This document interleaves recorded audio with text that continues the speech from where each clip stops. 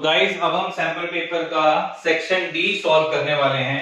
तो देखिए section D में सबसे पहला जो हमारे पास आ रहा है गाइस वो आ रहा है prove that if a line divides any two sides of a triangle. ये बच्चों आप खुद भी कर सकते हैं, ये कन्वर्स ऑफ बीपीटी है, तो ये प्रूविंग मैंने पूरी करा रखी है, ये आप खुद भी कर सकते हैं। ठीक है, नेक्स्ट हम प्रोसीड कर रहे हैं इसी के, कहां चला गया क्वेश्चन, कहां घूम गया भाई मेरे, आ गया। देखो ये रहा क्वेश्चन और पार्ट। ठीक है, अब इसमें क्या दिया हुआ है, ट्राइंगल पीक्यूआर आपको दिख रहा है। ठीक है, अब इसमें प्रूफ करना है आपको ये पार्ट। ठीक है, सो इसमें हम कैसे करें। देखो बच्चों, इसमें क्या करते हैं, in triangle P Z x और ट्राइंगल पी एक्स क्यू लेते हैं। सो एंगल P बराबर एंगल P उसमें आता है, जो कि हो गया हमारा कॉमन एंगल। ठीक है ना, फिर एंगल PZX हमारे पास एंगल PXQ के बराबर होगा, रीजन हर एक एंगल इसमें 90 डिग्री का दिया हुआ। तो ट्राइंगल PZX सिमिलर हो जाएगा ट्राइंगल PXQ के बाय AA सिमिलैरिटी क्राइटेरिया। ठीक है, उसी तरीके से सिमिलरली हम ये भी कह सकते हैं, देखो इसको मैं फर्स्ट इक्वेशन मान लेता हूं, ये भी कह सकते हैं कि triangle XZQ similar to triangle PXQ हो जाएगा, सिमिलर इस तरीके से। ठीक है, तो अगर इन दोनों ट्राइंगल को मैं देखूं तो यहां से भाई आ जाएगा फ्रॉम 1 एंड 2 हमारे को मिल रहा है triangle PZX similar to triangle XZQ। ठीक है, अब इसके बाद इसके रेशियो इक्वल हम कर सकते हैं PZ by XZ is equals to XZ by XQ। तो this implies XZ square will be equals to PZ into ZQ। तो यही आपको प्रूफ करना था।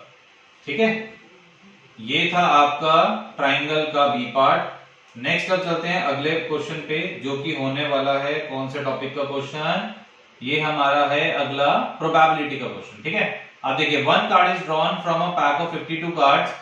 ठीक है, अब यहां पे आपको बताना है एस आने की प्रोबेबिलिटी। बहुत आसान है, सीधा सीधा होता है बच्चों कि टोटल कार्ड 52 है, एस कितने होते हैं 4, इसको कट कर दो, कितना हो जाएगा 1/13। ठीक है, नेक्स्ट पार्ट पूछ रहा है रेड कार्ड टोटल कितने होते हैं 26 और वैसे टोटल कितने होते हैं 52, तो इसको कैंसिल किया 1/2।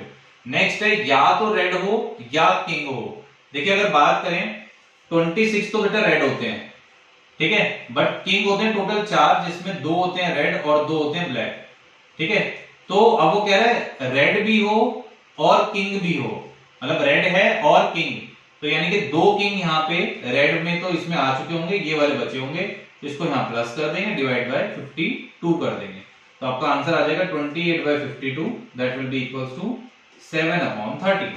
ठीक है, अगला सरफेस एरिया का याद होगा, क्वेश्चन देखते ही समझ में आ गया होगा कि मैंने इंपॉर्टेंट मार्क करवाया हुआ।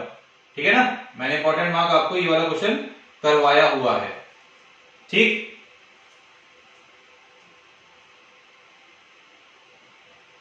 देखो अब vessel is in the form of an inverted कोन, ठीक है, जिसकी हाइट हमें 8 सेंटीमीटर दी हुई है। ठीक है, radius of the top which is open is 5 centimetre, ये रेडियस दिया हुआ है, ये हाइट दी हुई है कोन की। अब उसमें जो पानी है वो पूरा ब्रिम तक भरा हुआ है, अगर हम उसमें लेड शॉट डालते हैं जो कि स्फेरिकल शेप के होते हैं, उसका रेडियस 5 सेंटीमीटर है, तो क्या होता है पानी 1/4 उससे बाहर आ जाता है। तो कितने लेड शॉट हमने डाले होंगे, तो लेट द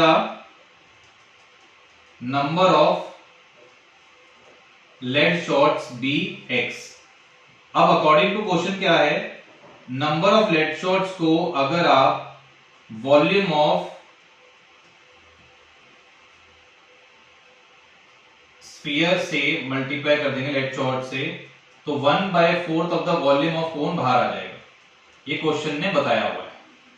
ठीक है, तो n इंटू 4/3 पाई की वैल्यू 22/7 r क्यूब, स्फीयर का रेडियस कितना दिया हुआ है देखो 5 सेंटीमीटर, तो ये 5/10 इंटू 5/10 इंटू 5/10, 4/3 पाई r क्यूब होता है।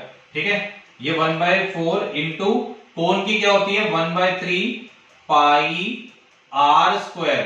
अब कोन का रेडियस कितना दिया हुआ बच्चों, रेडियस हमें दिया हुआ 5।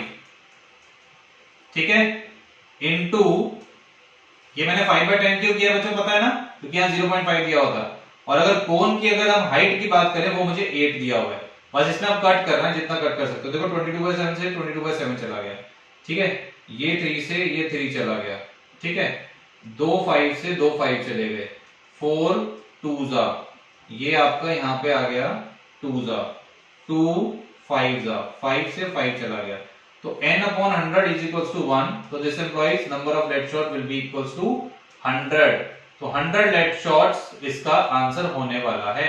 सो नेक्स्ट हमारा लॉन्ग क्वेश्चन क्या है, अरे वाह एपी का आ गया भाई क्वेश्चन, एपी का क्वेश्चन आ गया है, खत्म होने वाला बेटा सैंपल पेपर, ये वाला सैंपल पेपर हो गया, मजा आ गया, और भी सैंपल पेपर सॉल्व करने हैं। इसमें देखो ये दिया हुआ है, इसमें फर्स्ट नेगेटिव टर्म बतानी है, फर्स्ट नेगेटिव टर्म का मतलब जो a है तो होगा वो लेस देन 0 होगा, ठीक है, यानी कि a plus n-1 into D should be less than 0, यानी कि 121 प्लस n-1, d की वैल्यू क्या होगी, इसमें से माइनस करोगे तो -4 लेस देन 0, ठीक है, तो 121 minus 4n plus 4 should be less than 0, तो 125 इस तरीके से यहाँ पे 4n इधर चला जाएगा, तो 125/4 ये ऐसे आ गया। सो यहां से अगर मैं n की वैल्यू निकालूं, ठीक है, तो वो 31.25 समथिंग आ रहा है, तो n जो है वो इससे बड़ा है, तो यानी कि दिस इंप्लाइज n की वैल्यू कितनी हो जाएगी 32, ठीक है, बहुत इंपॉर्टेंट क्वेश्चन है बेटा, जरूर करके जाना है इसको। अब देखो ये कहता है कि दो एपी दिए हैं, अगर इनकी nth टर्म इक्वल होगी तो n की वैल्यू क्या होगी, अगर इनकी nth टर्म इक्वल है तो मैं कहता हूं an will be equal to a dash n के बराबर होगा, ठीक है, तो यहां से a plus n-1 into D will be equals to a dash plus n-1 into d dash, तो 60 plus n-1 into 2 is equals to -10 plus n-1 into 7, यहां से ये माइनस करके, ठीक है, तो 60 plus 2n minus 2 will be equals to -10 plus 7n minus 7, तो ये आपका 7n minus 17 आ गया, ये आपका 58 plus 2n आ गया, 75 is equals to 5n आ जाएगा, ठीक है, सो यहां से अगर कैलकुलेट करें तो n की वैल्यू आ जाएगी 75/5, that will be equal to n की वैल्यू आ गई हमारी 15, ठीक है, क्लियर। सो नेक्स्ट अब हम प्रोसीड कर रहे हैं अपना सेक्शन ई पे, जो कि होने वाला है केस स्टडी, आपको दिख गया होगा ये एनसीईआरटी का ही क्वेश्चन है, ठीक है ना, ये एनसीईआरटी का ही क्वेश्चन है, ये वाला जो अभी की पहली केस स्टडी है, तो इसको हम स्टार्ट कर रहे हैं, देखो क्या दिया हुआ है,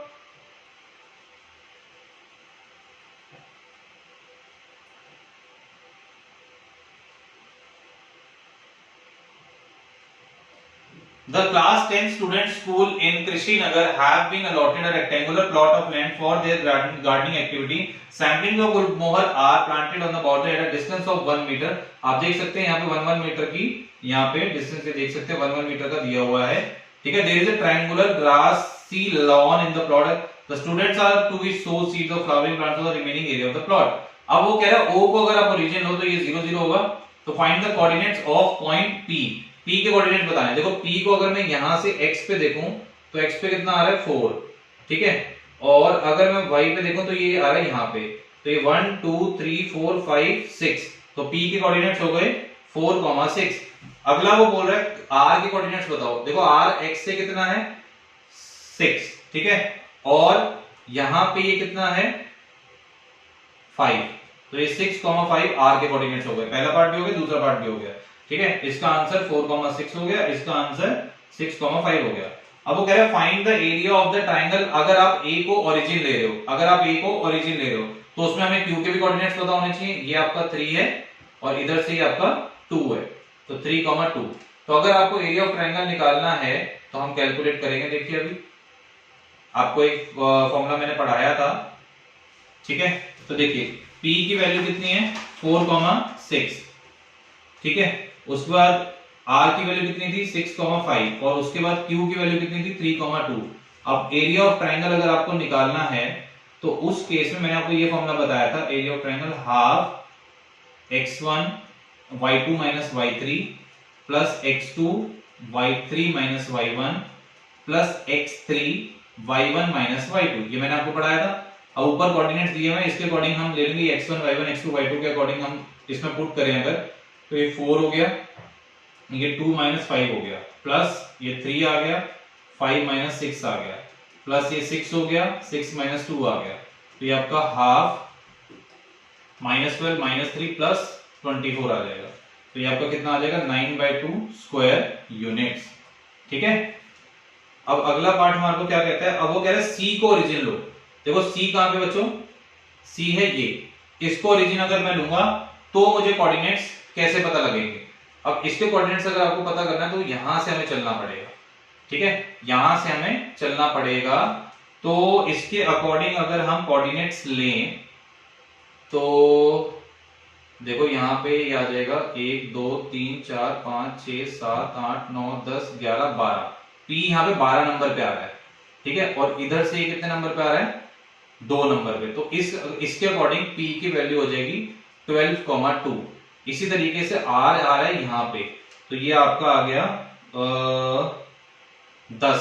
ठीक है, ये आपका 10 पॉइंट हो गया, और ये इधर से कितने पे जाएगा 3 पे। तो आर के कोऑर्डिनेट्स क्या हो गए 10,3। ठीक है, वहीं पे अगर Q की बात करें तो Q यहां से चला जाएगा ऐसे, जो कि हो गया 13, और ये आ जाएगा ऐसे, जो कि हो जाएगा ये 6। तो 13,6। तो ये कोऑर्डिनेट से हम एरिया ऑफ ट्रायंगल दोबारा निकालेंगे। वो कह रहा था इसके अकॉर्डिंग आप एरिया ऑफ ट्रायंगल दोबारा निकाल के बताइए कि कितना आ रहा है। तो इसको हम दोबारा लिखेंगे अभी, और फिर से वही फॉर्मूला लगाएंगे 12,2 13,6 और 10,3। अगर ये मैं वही फॉर्मूले में लगाऊं तो क्या आएगा, half 12 6 minus 3 13 3 minus 2 plus 10 2 minus 6। तो ये आपको कितना आ गया 1/2 36 प्लस 13 माइनस 40। तो ये भी आपको कितना आ जाएगा 9/2 स्क्वायर यूनिट, यानी कि सेम आ रहा है। ठीक है, सेम आंसर आ रहा है। सो नेक्स्ट केस स्टडी पे चलते हैं।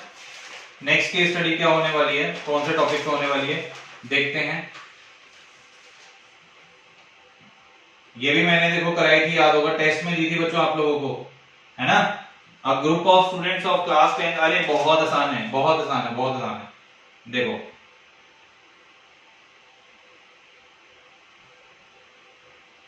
What is the angle of elevation if they are standing at a distance of 42 metre from the monument. देखो बड़ा सिंपल तरीके से समझाता हूं, ध्यान से सुनना।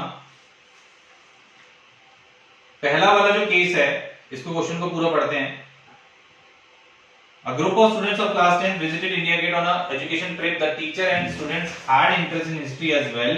The teacher narrated that India Gate, officially named Delhi Memorial, originally called All India War Memorial, monumental sandstone arch in New Delhi, dedicated to the troops of British India who died in wars between 1914 and 1919. The teacher also said that India Gate, which is located at the eastern end of the Raj Path, is about 138 feet यानी कि 42 metre in height. यानी कि height हमें कितनी दी है बच्चों 42 metre. ध्यान सुनना बच्चों, पहले वाले की बात बता रहा हूं। ए बी सी ये आपको निकालना है। हाइट आपको 42 मीटर दी हुई है और यहाँ पे डिस्टेंस भी आपको 42 दिया हुआ है। ठीक है, तो अगर मैं इसमें tan थीटा लगा दूं, tan theta will be equal to A B by B C, यानी कि 42/42 यानी कि 1 आ जाएगा। तो tan थीटा की वैल्यू tan 45, तो यानी कि थीटा की वैल्यू कितनी आ गई 45 डिग्री। तो पहले का आंसर तो आ जाएगा 45 डिग्री। अब वो कह रहा है the ratio of the length of the rod and it's shadow is 1:1, तो एलिवेशन ऑफ द सन कितना होगा। देखो मैं बताता हूं ये क्या कह रहा है। ये कह रहा है कि जैसे हमने ये फिगर बनाया दोबारा से ए बी सी, अब ये कह रहा है 1:1 का मतलब जितना ये है उतना ही है, क्वेश्चन वही है। तो उस केस में थीटा कितना होगा, यानी कि tan theta will be equal to AB by BC होता है भाई। अब ये AB और BC बराबर है, यानी कि ऐसे है, तो ये 1:1 आ गया। तो tan थीटा की वैल्यू फिर से आपकी tan 45 भी रहेगी, तो थीटा का आंसर यहां से फिर से कितना आ जाएगा 45 डिग्री। तो ये भी आपका आ गया 45 डिग्री। अब वो कह रहा है they want to see the tower at an angle of 60 degree. अब एंगल आपको दिया हुआ है, ठीक है, एंगल आपको दिया हुआ है, ये आपको एंगल मान लो 60 डिग्री दिया हुआ है। डिस्टेंस उनको नहीं पता, बट हाइट वही है जो पहले थी ना 42। तो यहां पे अगर आप tan थीटा लगाओ तो tan थीटा की वैल्यू क्या आएगी, यहां से tan थीटा की वैल्यू कितनी आएगी AB अपॉन BC, और 60 डिग्री है, tan 60 will be equal to 42 upon x। ठीक है, तो √3 is equal to 42 upon x। तो x इज इक्वल टू 42/√3 यानी कि आपका 14√3 ये आपका आंसर आ जाएगा। ठीक है, तो ये 14√3 मीटर ये आपका आंसर आ जाएगा। अब कह रहा है if the altitude of the sun is 60 degree at 60 degree. अब इसमें भी एंगल बोला हुआ है, ये आपका ए बी सी। अब एल्टीट्यूड ये 60 डिग्री अगर दिया हुआ है, ठीक है, height of the vertical tower that will cast a shadow. Shadow बच्चों ये होती है, बताया हुआ है, तो आपको ये हाइट अब कैलकुलेट करनी है। फिर से आप tan थीटा लगा दीजिए इसमें भी, ठीक है, इसमें भी आप tan थीटा लगा दीजिए। तो tan 60 will be equal to x/20, √3 will be equal to x/20। तो दिस एम्प्लॉइज x की वैल्यू कितनी आ गई 20√3। तो ये थी हमारी सेकंड केस स्टडी। अब हम आ रहे हैं लास्ट केस स्टडी पे और हमारा सैंपल पेपर हो जाता है फिनिश। आई होप कि आपने सारे पार्ट्स देख लिए होंगे, एक सैंपल पेपर प्रिपेयर कर लिया होगा। बोर्ड का सैंपल पेपर जो आया था वो भी बच्चा जरूर करके जाना। फटाफट इसको पढ़ेंगे। देखिए अब यहाँ पे तामझाम दिया हुआ, इसको पढ़ लेना। देखो क्या लिखा हुआ है, एक बॉडी जो है वो 16 फीट चलती है फर्स्ट सेकंड में, यानी कि 16, फिर अगले वाले में 48, फिर अगले वाले में 80, फिर अगले वाले में 112, इस तरीके से। तो यहां से अगर देखा जाए, पहला पार्ट है कॉमन डिफरेंस। तो common difference will be equal to 48 - 16 यानी कि 32। अब 11 सेकंड का फॉर्मूला होगा a + 10d यानी कि 16 + 10 × 3 32 यानी कि 320। तो आपका आंसर आ जाएगा 336। ऐसी 8 सेकंड की बात करिए, 8 सेकंड a + 7d के बराबर होगा 16 + 7 × 32। तो ये आपका आंसर आ गया 16 और ये 240, 240 ये आपका आंसर आ जाएगा। और लास्ट क्वेश्चन है आपका 9th सेकंड, जो कि हो जाएगा a + 8d के बराबर। तो ये आपका आ गया 16 + 8 × 32। Your answer will be 272। That's all from the exam point of view. So ये हमारा सैंपल पेपर फिनिश हो जाता है। फिर मिलेंगे एक और इंटरेस्टिंग वीडियो के साथ। तब तक bye bye, tata, best of luck for your exam. बने रहें मेरे चैनल पे, सब्सक्राइब करें और वीडियोस इसी तरीके से मिलती रहेंगी। Bye bye, tata, see you.